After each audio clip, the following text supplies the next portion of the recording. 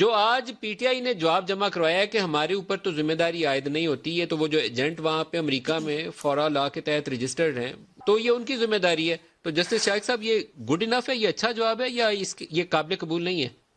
نہیں، یہ جواب ایک کورٹ میں تو قابل قبول نہیں ہوگا، کیونکہ آپ کو جو فنڈنگ ہوتی ہے تو جس طرح میں نے آپ سے کہا کہ ڈونیشن باہر کے لوگوں سے ملک میں آنا کوئی غلط کام نہیں ہے.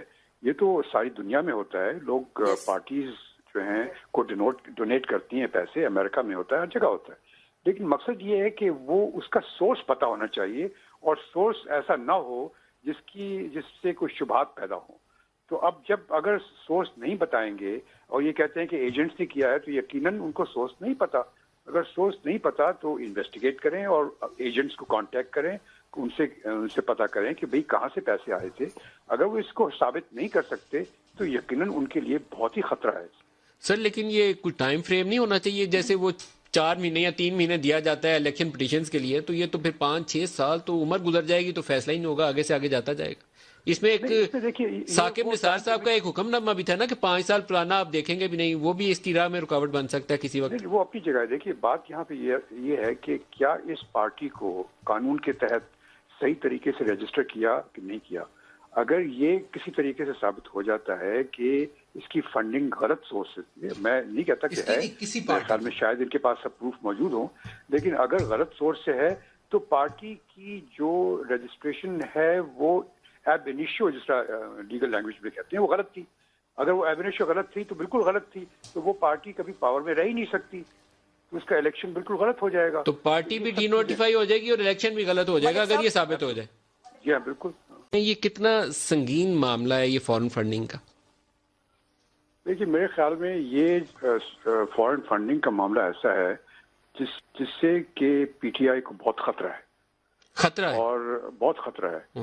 کیونکہ دیکھیے بات یہ تھی کہ جس طرح کہ ہم سب کو معلوم ہے کہ پچھلے الیکشن میں، اس الیکشن سے پہلے والے الیکشن میں آپ نے دیکھا ہوگا کہ پی ٹی آئی کی میرے خیال میں 1 سیٹ تھی نیشنل اسمبلی میں، پروونشل اسمبلی میں 1 یا 2 سیٹس تھی، اور ان کا مین پرابلم تھا پیسوں کی کمی. پیسے نہیں تھے ان کے پاس، اور یقیناً پیسے نہیں تھے، نئی پارٹی تھی.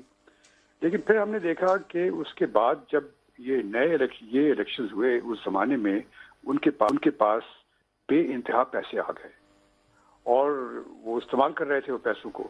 اب بات یہ ہے کہ وہ پیسے کہاں سے آئے. اوبویسلی ملک سے تو ڈونیشن نہیں تھی، چونکہ کوئی بھی پاکستان میں جو ڈونرز ہوتے ہیں وہ تو ان کو دیتے ہیں جن سے ان کو فائدہ ہوتا ہے، اور وہ تو نہیں ایکسپیکٹ کرتے تھے کہ پی ٹی آئی الیکشن جیتے.